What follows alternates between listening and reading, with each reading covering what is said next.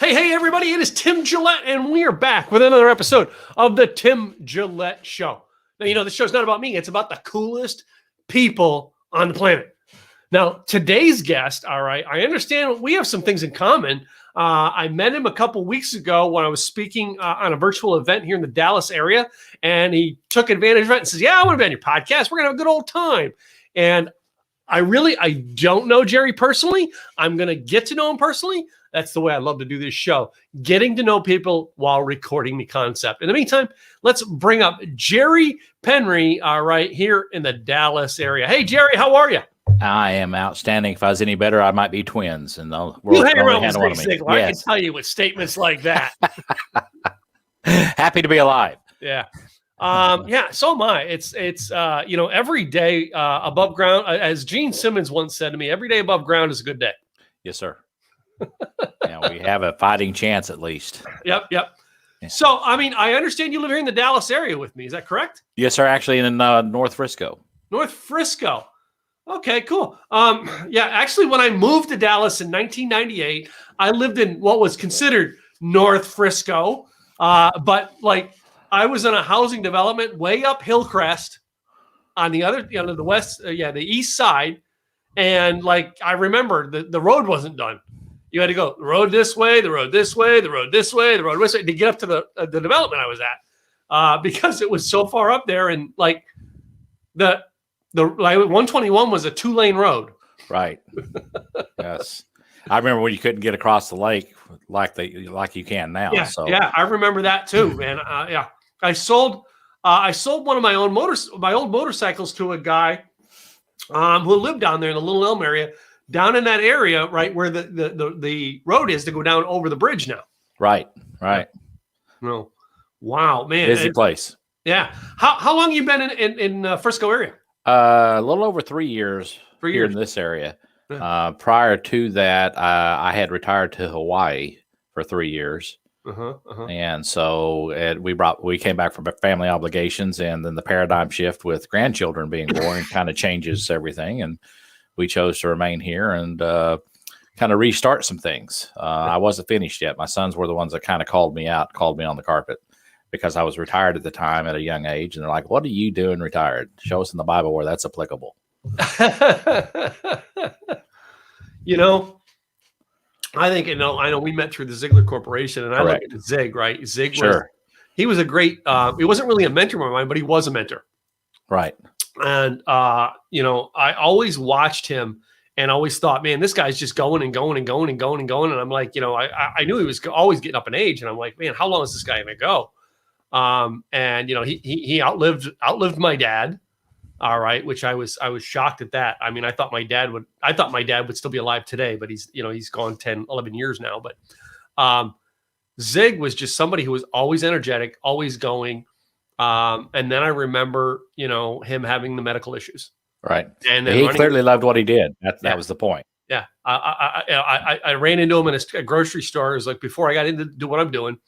And I remember talking to him, and I was like, yeah, the Zig I knew 5 years ago isn't there. He's a little bit, but that's it. We just keep going. All right. Sure. We've got a mission. I think every one of us have been given a mission from God, and we need to go do it until God says, okay, done. Yeah. One of my personal mentors is Lance Secretan. Okay. And he helps you create your why be do.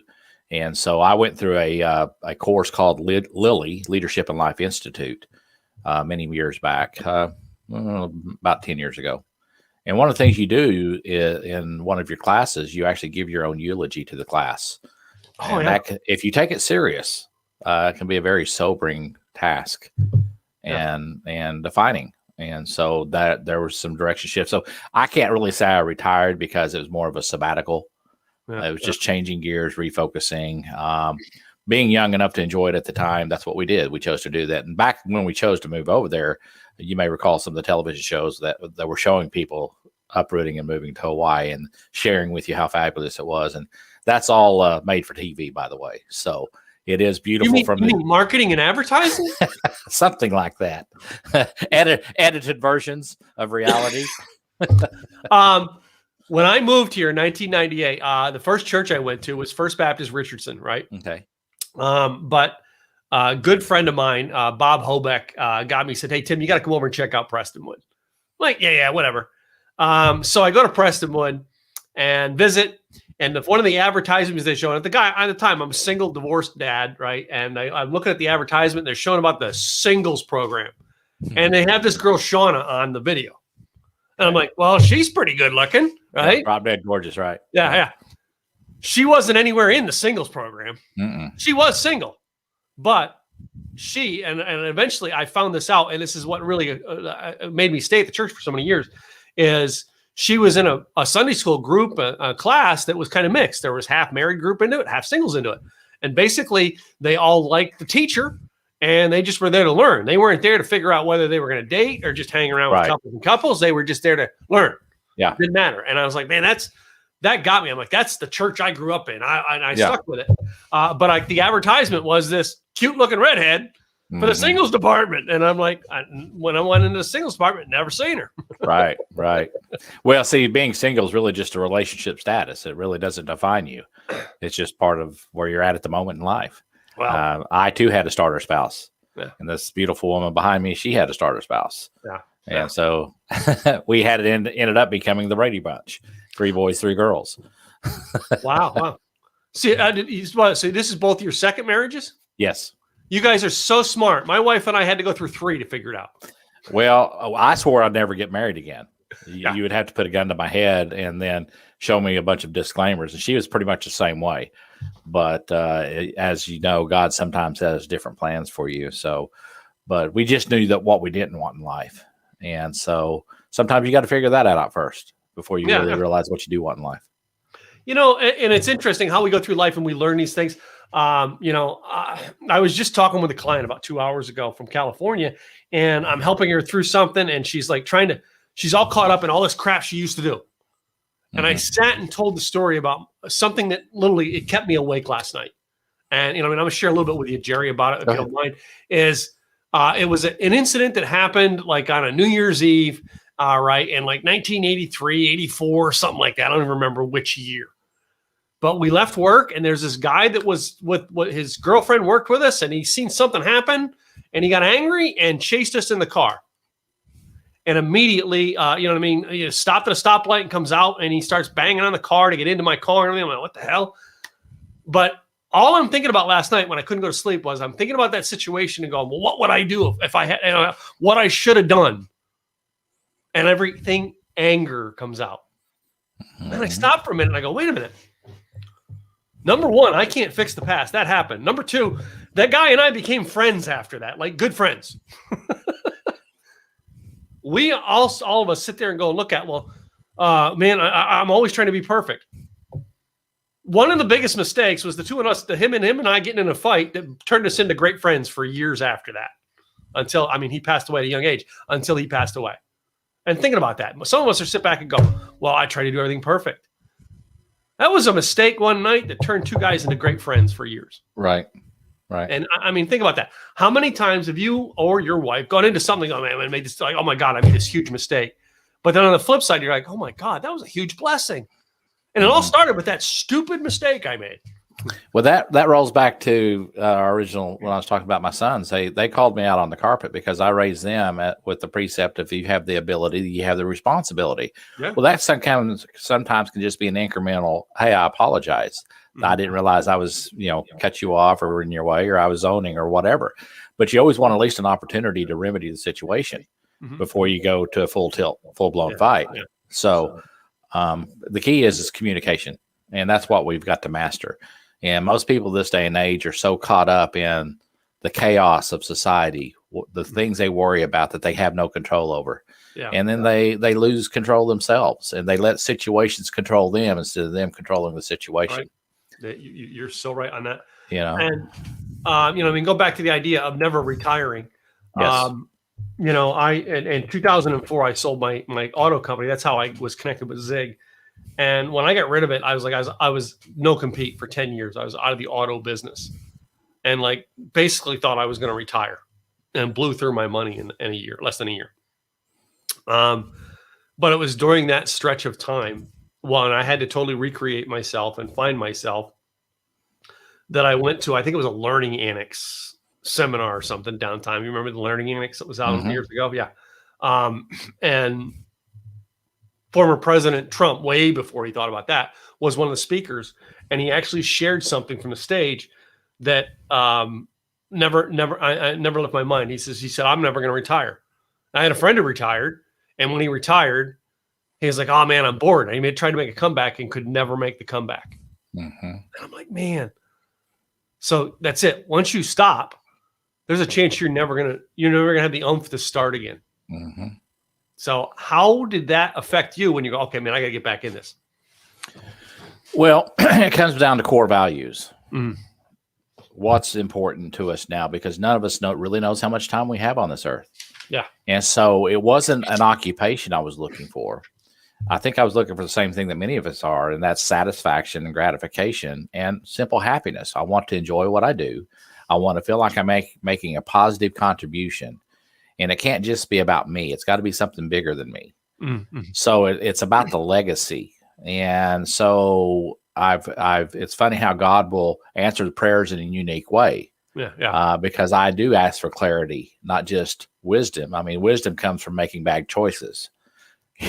So I'd rather have clarity of thought and understanding the pathway that I'm taking. But, faith and fear are the same thing. They're just one's positive, one's negative. It's believing. Yeah, I think I talked about that a couple weeks ago. Yeah, absolutely. And you hit the nail on the head in that regard, because, what we haven't touched on, but for a long time, since I was 17 years of age, which was my turning point, meeting our Creator and having a defining moment, I died on the highway. I was hit by a semi-trailer truck on the highway, and I was on a motorcycle, and I ended up inside the fender well of a semi-trailer truck for 380 feet. 387 to be exact.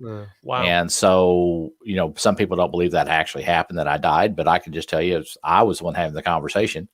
Yeah. And so, but what it did do for me, Tim, one, it changed the direction of my life. I wasn't going to be able to go to the Air Force Academy and fly F-16s. That was back when everybody had the need for speed, want to go fly F-16s. I still love Top Gun too. Oh yeah, exactly. I don't like it as much as now that I've heard some other things about the narrative and the writings and all that. But regardless, it's a good storyline. It's a good story, though. Yeah, yeah, absolutely. But what I did lose is I lost all fear. I didn't realize up until that point I had operated so much of my life in the fear of either loss or retribution or scolding, and I operated in the realm of don't do this, don't do this, don't do this, versus the opportunity for gain. So when fear is no longer a part of the equation, then you start to have a different level of faith, and you start to have a different level of your abilities and confidence, knowing that God's got your back, and it helped me a lot in how I raised my children. Now, ironically, all three of my sons ended up being Air Force officers, 2 went to the academy. So what God gave back in that is threefold. Yeah. And quite honestly, Tim, they're better officers than I would have ever been. Wow. Because they're godly men. They weren't just about themselves. And that ripple effect, that, whether you call it the butterfly effect or whatever, they've made a positive impact on countless lives. And so, yes, I didn't get to go fly, but, you make the best of the situation. Quite frankly, I was never supposed to walk again. Yeah. Without some sort of assistance. And I can play racquetball, snow ski, water ski. I just can't go run 25 miles just because I don't have any cartilage in my ankle. Wow. But, there's some things you learn along the way there. And one of the things I learned in my recovery is the recovery hurts a whole lot worse than the injury. And you have to be very determined. But what I did is, one of the things I did is I didn't want to have to wear a polio brace and use a cane. Mm-hmm. So I chose to discard that and go through what it took to learn to walk again in a straight line and without wobbling. You would see me today and not know that I have had an injury unless I'm in a pair of shorts. And you're like, man, that's gnarly. Okay. But I actually went to learn to play racquetball. I sought out guys that had won Class A and Class B tournament winners to teach me. So how long do you think it was before I became a pretty good racquetball player? And so the lesson in that is not just about racquetball, but anything in life. If there's something you want to desire to do, and you want to shorten the timeline of learning it, go find the expert and just mirror that and have them teach you, because I've learned the best of the best. And Trump was your example. He spoke to that group. He's willing to pour out into people because he knows very small percentage will actually act on the knowledge that they have. Yeah. And at the end of the day, Tim, it takes action to get the result you're looking for. Yeah. And that's it. I mean, I've always tapped into those people who could help me. Right. Always been someone to study how to do it. Right. At a very young age, I think, I had to be under 10 because it was a 75 Ford pickup my dad had, I remember. But under age 10, I watched my dad get laid off over and over again. And one night dad got laid off and something in my mind went click. I am never going to let that happen to me. Right. And I started to take control. And Mm-hmm. how do I control this? How do I take control? Mm-hmm. Well, I take control by plugging into the right people and learning. Mm-hmm. So like that mind thing of learning, how do I do this? How do I do this? How do I do this? And I never was afraid to ask. And one of the greatest advices, I'm going to ask you this one in a second. I tell everybody this one here, almost every one of my guests on the podcast. In the late 80s, I was 21 years old working for a part-time at a gas station. It was not my full-time job. It was my part-time job. And a couple nights a week at a gas station. And the guy who worked days and was the manager of the station was always coming in on my shift and getting away and messing up my transactions with customers. And I went to the owner of the station one night and I says, well, Frank, how do I handle this? He's always in my way. All right. He's the boss, so I can't tell him he can't come. What do I do? And Frank said, Tim, from 4 p.m. to 12 p.m. when you're running this gas station, pretend like you own it. If it costs you a penny out of your pocket, that's out of your pocket. If it's going to make an extra penny, it's going into your pocket. Pretend like you own it. Since then, I have taken ownership of everything I've done in my life. There you From have. a man who gave me advice at 21 years of age. Mm-hmm. Did someone give you advice like that is stuck in your head, that little trigger that goes, man, and it never went away? Yes, I actually, before my accident, and actually that's what happened. I was on my way to go to see that very individual for a weekend getaway because I had always dreamed of riding my motorcycle through the Cookson Hills near Lake Tenkiller as the sun was coming up. So that was, call it a bucket list. I didn't make it that far. That's what I had. But anyway, that gentleman, I called him Uncle Gene. Now, this was an engineer's engineer, but he didn't have a degree. But he ran an airfield during World War II in Europe on the maintenance facility. And I got to spend a summer with him doing an additional add-on at his lake cabin and build a garage. And we did it the old school way. And he taught me so much along the way, not in just building principles and engineering and techniques, but understanding there's always a solution. If you'll just look, if you'll just pause, if you just think, take a step back, there's always a solution to the problem. Yes. And many times we are the problem. Many times we're getting in our own way. We're either going too fast, or we're not, or we're not reading the instructions, or we're either overthinking it. Sometimes the simplest solutions are the best. But he also taught me one thing. He said, just be deliberate and intentional. Now, the sayings used to always be measure twice, cut once, but people don't really understand the breadth and depth of the meaning of that. Yeah. That's not about sawing wood. No. Nope. And so moving forward with that, I've tried as best I could to be deliberate and intentional, because I have discovered, and you have probably this as well, that the best laid plans always go awry somewhere. You have to be flexible. Yeah. And so without a plan, without some strategy, then you have nothing to measure against. So even a flawed strategy is better than no strategy. Yeah. Okay. But following a strategy, still, I've never had anything work out exactly as planned. And so there's your people that pursue perfection get so frustrated with that. Yeah. Because they're not going to be flexible. And I always remind my children and anybody I'm a mentor with is that flexible bends, rigid breaks. Yeah. Do you want to be broken?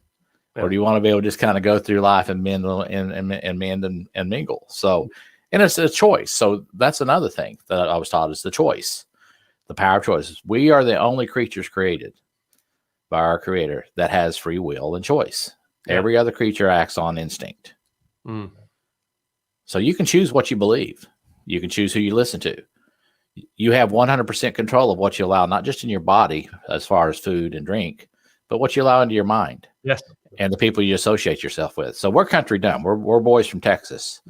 So I always say it this way: you can't dine with swine and not get a little mud on you. So, watch your associations. Yeah. It's funny you say that and you talk about, how you learn that and the people you've been around. I grew up as a kid in Pennsylvania. Oh, okay. Yeah, and I moved here in 1998. I was moving to California, and I Okay. stopped here to visit my youngest brother who lived here at the time and stayed here. And Okay. he's since has moved on. But since moving here in 1998, I have now gotten connected to many people. I've been very fortunate through my speaking career to get connected to celebrities and some people who are very successful in their field. And I find it very interesting that all the successful people that I've met who came from Pennsylvania and left, when they left, their career, their business, the thing they chose to do took off like a rocket. And I was like, why? And in 2005, I worked for this sales firm, and I had a boss who came from Pennsylvania. And my sales manager come over, and we were talking about it, and we were talking about Pennsylvania. And he says, I'll tell you what's wrong with Pennsylvania. He says, those people don't change. You go back and visit your family, the same paint's on the house, same car in the driveway, tree's a little taller. They don't change. They don't change. Because they don't change, they don't succeed. Yes. Whoa. Yeah, they don't adapt to the newer, brighter things. So. You know, I come down here to Texas, and I'm watching things grow, and I watch my own life go. And like I spent from 20 to 30 struggling. 30 years of age. I'm like, wow. All I had to do was get out of my own way, really. You know what I mean? And I'm sure that's what you work with a lot of people on. It sounds like, mentoring your kids is, hey, let me teach you how to get out of your own way. Yeah. Well, and a lot of it is you mentioned ownership. Yeah. And so going back to, and I'm actually finishing up my book that I've been persuaded to write for over 20 years. People would ask both my wife and I, how is it you raise such incredible kids? Or how's it you're so happy in what you do? Because we make things look effortless, but the people don't realize we're like that duck on water. Boy, under the water, we're churning away. Yeah. They don't know the sleepless nights I've been through, planning and strategy. It's not that I worry. I don't have fear or worry. I just want to put things in their place. So I'm, if I can't sleep, it's because something's not in its place or working as it should. So it's about how do I fix it? So once I identify a problem, I focus on a solution. But anyway, the book, people ask us, how do you raise such incredible kids? And I would always say, well, deliberately, on purpose. It doesn't happen by accident. Yeah. But one of the things I did, I didn't realize how smart it was I did when I did that, but there were 3 strategies we utilized. One, there were six teenagers in the same house, 2,000 square feet, 2 bathrooms. So you can imagine the chaos that would typically occur. Yeah. So we created a system. Okay. And this was it. 0600, they better be in the Suburban on the way to the gym. Okay. Now, I didn't care if they worked out or not, but all I knew was they could use all the hot water they needed to at the gym to get ready. Yeah. There was no fighting for the bathroom. Yep. Now, I encouraged them to get a workout in, but they didn't. I don't care if they took a book and read it, but that's where they all got ready. Okay. So we started that process. Secondarily, I told them I married this beautiful woman to be my wife, not their maid. So they all got to own their own cleanliness and their own habits. So each one of them had 1 day a week that they did their own laundry. And they had KP because that was where the laundry room was next to the kitchen. So if I came home in the evening, if there were dirty dishes in the sink, I knew who I was getting ready to have a conversation with. Right. And they'll tell you now to this day, they said the 3 most feared words growing up in that house was have a seat. Because they knew I'm going to have a conversation. Mine was, and you can probably remember this because you're about my age, is wait till your father gets home. Yeah. Yeah, exactly. So, well, both my parents worked. So that was part of my problems. I had too much free time and liberty. And so I didn't have the self-discipline I needed. So I had to learn some things the hard way. And that's the consequences of choices. Yeah. So, I mean, yeah. Well, let me go back there and let me ask you some things you learned from your parents. Yes. I find some interesting, weird things that I learned from my father. Now, I would never ask my father business advice. My father never owned his own business. Right. He tried. All right. And it wasn't for him. He was a better employee. But there are life lessons that my father taught me from being a diesel mechanic that I couldn't even fathom to teach people. And he was a huge gun enthusiast.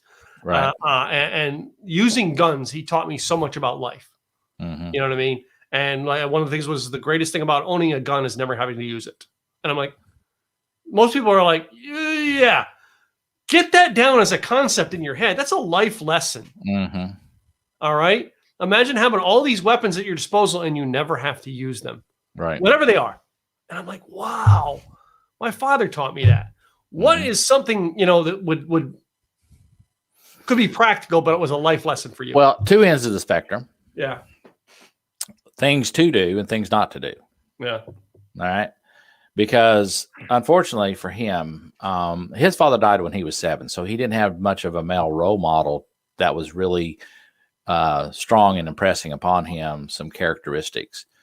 He had brothers that were old enough to be his dad, but they didn't play a role in his life per se. And he was actually sent away from home. He grew up very, very poor. He was sent away from home at the age of 9 because his mother couldn't afford to feed him. He had hit that point where boys are hungry all the time. So he ended up working on a peanut farm and cotton farm to feed himself. Wow. And pay. So he learned hard work. Okay, is one thing. Integrity. This was the man that would walk a mile to return a nickel if he got too much change back. Mm. So the reaping what you sow concept. Yeah. Yeah. Okay. So he was a man of faith. We had a much tighter relationship later in life than we did early in life because he was a hard worker. He was working to put food on the table. So I was kind of raised in the atmosphere. If they're not saying anything, you're doing a good job. It's when they had something to say, you've already messed up. So that doesn't give you a lot of relationship building concepts in that regard. You just better watch and pay attention. Okay. Yeah. But one of the things he taught me not to do, and I don't know that it was intentional, but he had a very short fuse. And if his temper got lit, the world was afraid of him. This was a man that was very strong. He could be violent if necessary. He never laid a hand on me or our family, but he had that intimidation factor. Yeah. And then he could make a Marine Corps unit blush because he was a drill sergeant, So that type of characteristic is what he taught me to do is by default. I didn't want to be that embarrassment to my family. I can't tell you how many times it embarrassed us as a family in public that if he went off with expletive after expletive, that how embarrassed my mom and even myself was because it was so unnecessary. Yeah. So it taught me to have the patience to assess the situation first. Okay. And then hold accountable whoever perpetrated the crime. Mm-hmm.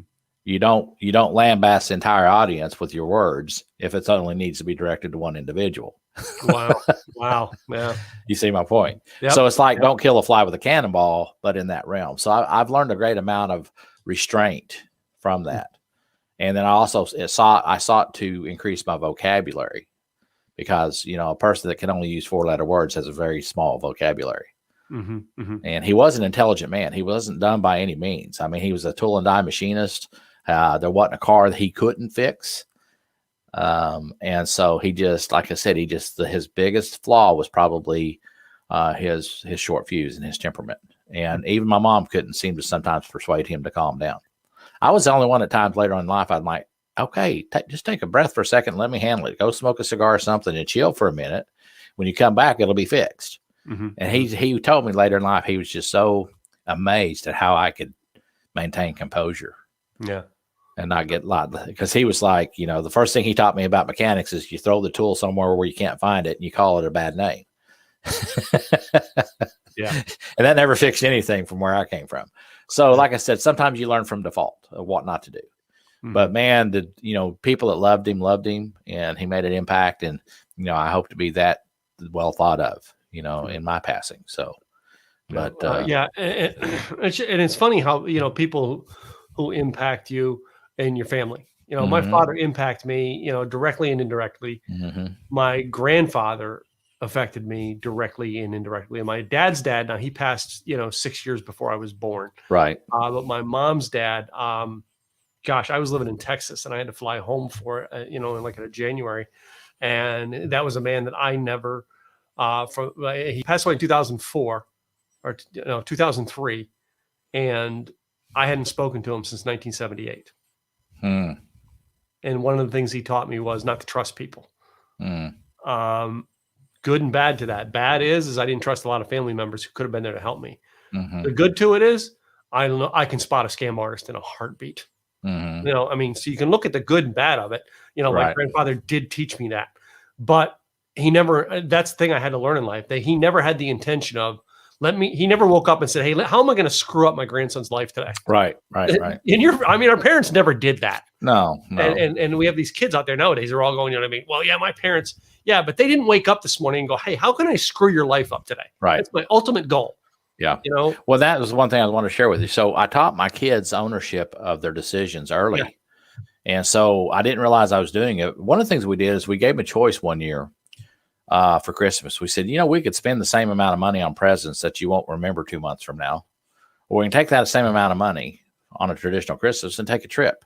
And so for the remainder of the time they were in the household until they graduated, moved on, did their thing, we would take a trip every Christmas. One year we were at the beach, one year we're at the mountains. And they all tell you to this day, they remember each and every trip, and it had more value than some trinket or toy or gadget or piece of clothing. So that was powerful. The second thing I did is on their 13th birthday, I would pick them up at school on their birthday and go have lunch with them one-on-one. And I would give them their birthstone ring. And the conversation went something like this. Tim, congratulations, you're no longer a child. That's the good news. Now, here's the bad news. Tim, you're no longer a child. And I recognize that and I respect that. And this ring lets you know that I've got your back no matter what decision you make. But also know this, you own those decisions. So I look at you entirely different today than I did yesterday. And they said there's time, even my oldest said there was times he would spin that ring when he was trying to make a decision to say, how do I want to have to answer that question? Wow.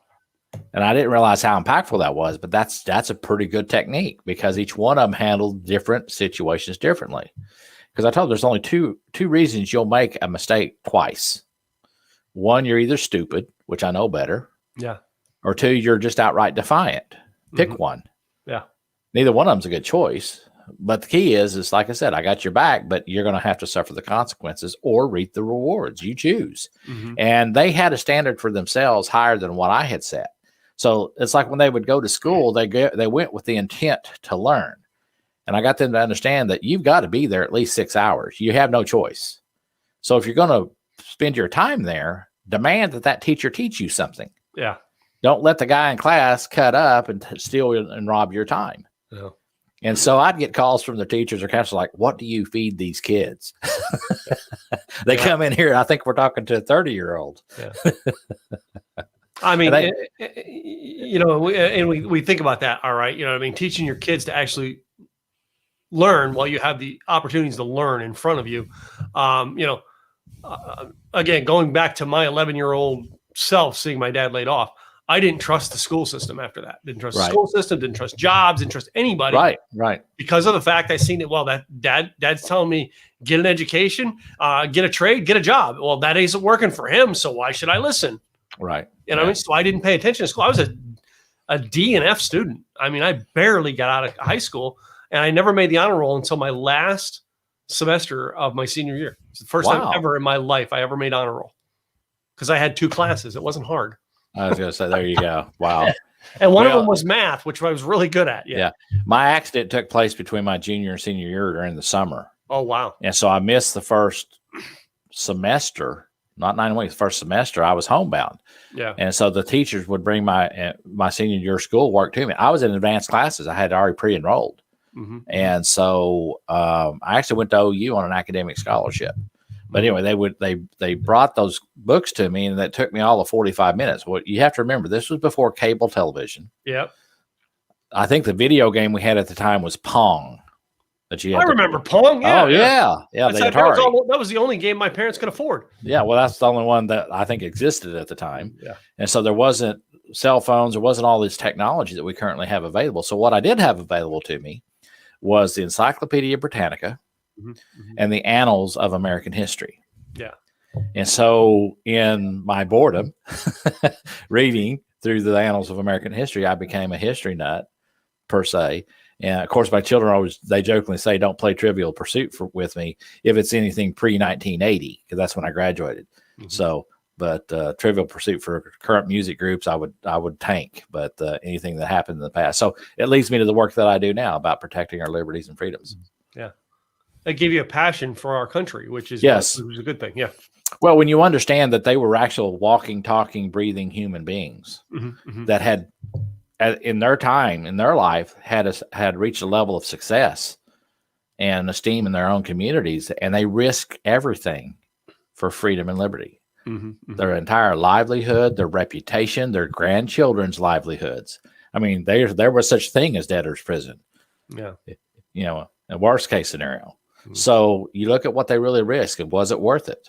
And so there's some merit to that, and it needs due attention and praise. Cool. Anyway. So anyway, Jerry, what are some things that you have in the plans or have down in the plans that you're going to screw up over the next year or 2 years of your business life? Well, I just read a book here recently, and it's funny how timing worked out. A good friend of mine, Rob Bliss, he's in a chamber of commerce with me, and we loan books back and forth, and he gave me this book that says, "You haven't peaked yet." And I'm often reminded of Colonel Sanders started his Kentucky Fried Chicken at the age of 63. After he got his first Social Security check and realized that wasn't going to cut it. Yeah. And I didn't want to wait till that long. So I'm actually 58. I have some huge plans to launch a new restaurant chain here in the next 12 months. Okay. And the timing's right. And it's Italian comfort food. And I've already got the strategy, the menu, everything picked out. I've even got a location for the first one in Frisco, but I want to do it the right way. And it's going to have the efficiency of a Chick-fil-A or a Panda Express, but it's going to be Italian comfort food. Very limited menu, but it's quick, fresh, robust, delicious, and affordable. Yeah. I have a passion that I'd love to do a restaurant, but I don't think I can ever do it, but we'll see someday. Mine, moonshine and barbecue. Nothing more American than moonshine and barbecue. No, you're right. There's probably a few of those in Tennessee that I've probably come across back when I was traveling and doing some sales. But we want to get back to when we can travel some more. But that's going to be some restrictions that have got to be lifted. So, once again, it's just you take what you have and you focus on what you can control. Yes. And then align yourself with others of common think and beliefs. And when you lock arms with people together with a good goal in mind, you can accomplish some incredible things. Yep. You're right. So stay positive and make an impact is really the summation of what I want to try to accomplish. Cool. And live well, Yeah. Is there any word of advice you would give to our listeners who might be listening in? We don't know what their problem is, but is there that intuitive thing in you guys? I want to tell you this today. Well, yesterday I was visiting with a young lady, and she said, and I wasn't being trite when I had the conversation with her, but I wanted to help people pursue their righteous endeavors. So my why be do that Lance Secretary helped me discover is to encourage, inspire other people to chase their dream, basically to pursue their own righteous endeavor, whatever that is. So if they can identify why they're put here, find that passion, if they can monetize it, get paid to do the work that they do for free anyway, that's powerful. But believe in yourself, take a risk. If there's something you need to learn, go learn it. But don't limit yourself, the limiting beliefs. So I'm all about remove fear from your life and have faith. Put faith at work, because faith without work is dead. It's useless. So if I could encourage people to do that. So this young lady, she told me she was a life coach. And I intentionally answered this way. I said, because I asked her, what do you do? She said, I'm a life coach. And I said, well, aren't we all? And I said that intentionally because just saying what your occupation isn't what you do. Nope. And she hadn't really identified it. So I finally, when we got a minute, I asked her why she's doing what she's doing. And she couldn't articulate it. And Simon Sinek says it all begins with why. So you need your why, and then you need a strategy. But by the time it was all said and done, she now has a passion for why she's doing what she's doing to make a bigger impact. And what it comes down to is most people, I've discovered, all they really want to do is be happy. If we had to put in one word, they just want to be happy, whatever that takes. Now, the key is for it to be sustainable and legitimate and genuine. It needs to be at their own expense, not someone else's expense. Yeah. Well, I'm always a believer of you got to give. Yes, sir. Whether you're giving a product or service or you're giving, to your local charity, it all better be giving. And if you're not giving, you're not contributing to the world. Anyways. So what I'm teaching people now to do is understanding the value of the currency of influence. Yeah. Most people don't understand how to utilize their own influence. There's help out there for anything you want to get accomplished if you'll just ask the right people. It's all in the ask. And there is a who, what, when, where, why, and how of asking. I help people with that as well. And so, because you first got to know who to ask, who has the authority to give you what you seek. Cool. Some great advice there. So, yeah. Well, Jerry, excuse me. What is the best website that people can get a hold of you and find out more about what you do? Certainly. The WeStandForFreedom.com website is an informational site about the precepts I believe in. Mm-hmm. There's also, if you'll scroll to the bottom, there's a contact Jerry. Okay. It allows you to have an opportunity to have a phone call or a Zoom meeting or a join me or whatever, or even face-to-face if you're somewhere here local. Mm-hmm. And I'll see if I can contribute to life, and then we'll see what happens. I don't have all the answers, but I know there's always a solution. I agree with you on that one. So I totally agree with you on that one. So, well, Jerry, I mean, I appreciate you coming on the show today, sharing such great words of wisdom. All right. Some about your story, some great things about, you know what I mean, helping us raise kids. Oh my gosh, you've given so much to today's audience. I appreciate that. Thank you. All right. I'm honored. Yeah. Before we go though, I have a small quiz that I have prepared for everybody. And this one here is 9 questions of this or that. Are you ready to play? Sure. All right. I promise they're going to be fun. So here we go. First one I always ask, Star Wars or Star Trek? Neither. Neither? Oh, that's it. Tim showed over with them. No, actually, Star Wars was much more. Each one has their characteristics of. I look for humor. Yeah. Okay, is what I look for, and so you got to love the old Star Trek because Captain Kirk was such an over actor. Mm-hmm. Are so melodramatic, but some of the scenes of I think the hardest I laughed with the Star Wars was Jar Jar Binks. Yeah. The first time I saw and heard Jar Jar Binks, I almost wet myself laughing. So he's my favorite village idiot. So I mean, well, if you like the comic side of it, we could have thrown Space Balls in there. there you go. See, there's your there. Nailed it on the head. I love Mel Brooks comedy too. Yeah, the Balchinians. Yeah.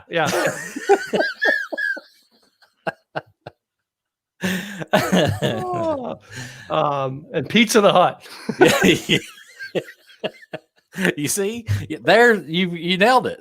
That's it. I should have had that ready. Spaceballs. All right, well, let me move on here. My next one I like to ask people, you're riding in the car nowadays. Are you listening to podcasts or are you listening to music? Typically, this will astound you. I have silence in my car when I drive. You know, believe it or not, I had a guest 2 days ago. Same thing. They listen to silence. My sons can't believe I can drive from here to Amarillo or Tucumcari or wherever and never turn the radio on. Yeah. Now, I do like my podcast. Yeah. Particularly if there's something I seek, like Darren Hardy, somebody like that. Like Darren, yeah. So, but as far as I don't like distractions, but it's got to be worthy of listening to. So, I mean, I drove truck in the early 90s, and I used to listen to this tape series. Back then, we had tapes. We used to rent at the truck stop, right, and put them in our cassette player, and then return the rental at the next truck stop and rent another cassette tape series. Gotcha. And there was this series that Tom Bodett did. Remember the guy who did Motel 6? Absolutely. It was called End of the Road. No kidding. Yeah, that's brilliant. If he ever did a podcast on that, I'd listen to it all the time. Right. Because it was funny and it was cool and neat. Yeah. But podcasts, like I did a road trip from California to Texas, driving a friend's car here in August last year, and I listened to all the Mike Rowe the way I heard it. Oh wow! It's almost like Paul Harvey. Yeah, exactly. There used to be an organization called Success Stories. Yes, remember them? Yep. And I did used to listen to those when I was driving, but I've gravitated to, listening to the thoughts in my head instead of somebody else's content. Yep. So, well, the next one I got here. So when you travel, all right, are you somebody who takes and camps in the tent, or are you a hotel guy? Yes. My wife will tell you camping with me is an adventure because it's. She always swore she would never go camping. I said, "Well, you've never camped with me," and she says it's like 5-star because I'm an excellent cook, but I took a heater for the tent, and so it depends on who wants to do what. I'm all about having fun, but yes, I love to be spoiled at a 5-star resort if possible. But if it's about enjoying nature, I'll do that too. I'm a chameleon. No, my wife likes camping. For me, my idea of camping is going to a 3-star hotel. Yeah, I got you. We love to have our butts in the sand and our feet in the water at the beach, but there's times that being up in the mountains is powerful and inspiring. Yeah. My next one I'm going to ask you then is we'll move on to food products. Hamburger or taco? Oh. I'm going to have to say taco because I typically don't eat fast food at all. So if it's, I actually make tacos here. I make sour cream chicken enchiladas. My wife comes home, I have dinner ready for her. So yeah, my wife comes home and makes dinner. When we rebuilt this condo, we bought the condo and gutted it and rebuilt it the way we wanted it. She put her kitchen in. Good. That was the one thing she says, all I want to do is create my kitchen. I took the checkbook out, wrote it in here. Yeah. Create it however you want it. So she does the kitchen. Yeah. And she cooks, but I can cook. No. So, yeah. Like I said, it bothers me to spend good money for food that's so bad sometimes when I can do so much better at home. Well, so. I do happen to have on my 5 foot by 10 foot patio, I've got a 6 foot grill. So again, barbecue. There you go. That's important in Texas. Yeah, it is. Yep. So, that's another food product. All right. If you're going to order a pizza, are you getting a regular cheese or are you getting a pepperoni? That's got to be loaded, man. You can't just have one thing. Oh, there's a guy who like my wife likes the loaded. I'm either pepperoni or mushroom or cheese. One thing. Really? Yeah. That's so boring, Tim. I'm a boring guy there, Jerry. You want that explosion of flavors. Now, I can't get my wife to eat anchovies or black olives. Yeah. But she's pretty well game for anything, but Well, anyway. Usually I put the question down for the pizza. I usually say, does pineapple belong on pizza? Yes or no? Yeah. I've eaten a Hawaiian pizza clearly. And they're not bad when you're in the mood for one, but if I have a preference, I won't. Yeah. There are people who have opinions that does not belong. I don't believe fish belongs on pizza. Yeah. Of any fashion. Yeah. You got a point there. How about your morning wake up? Coffee or tea? Oh, coffee for sure. Yeah. I'm a coffee hound. Double espresso twice a day, baby. Yeah. Yeah. And I drink a coffee from New Mexico, and it is a Pinion coffee. If you've not tried it, you got to try it. Yeah.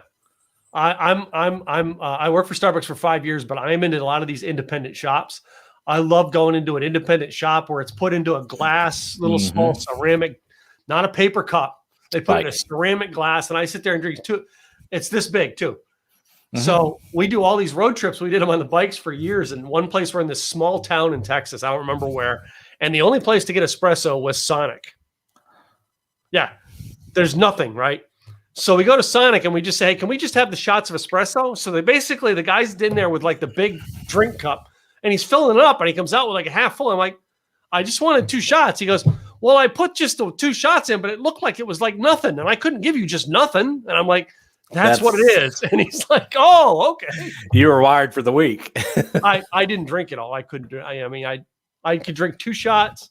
Right. I'm in my mid 50s as well. And, my dad died of heart disease, my grandfather heart disease. So I maintain, I do a very low level. So good for you.